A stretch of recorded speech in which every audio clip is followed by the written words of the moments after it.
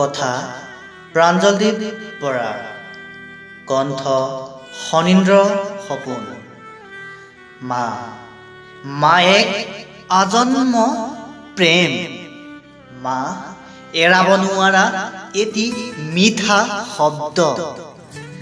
আচৰিত হ'লেও মা, আঘাত পালেও মা, দুখ লাগিলেও মা, মাবিহীন যেন শূন্যময় এই জগত। মা এটি ভ্ৰূণৰ সৃষ্টি, মা এটি নৱজাতকৰ খাদ্য, যাৰ স্তন যুগল পৃথিৱীৰ শ্ৰেষ্ঠ আৰু প্ৰথম খাদ্য। মা এক প্ৰেৰণা, মা এক বিশ্বাস, মা এক ভয়, মা এক সৃষ্টিৰ উৎস,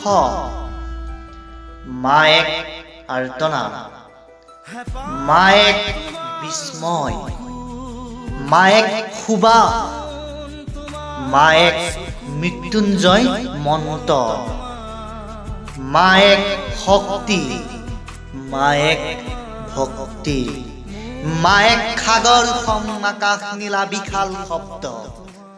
মা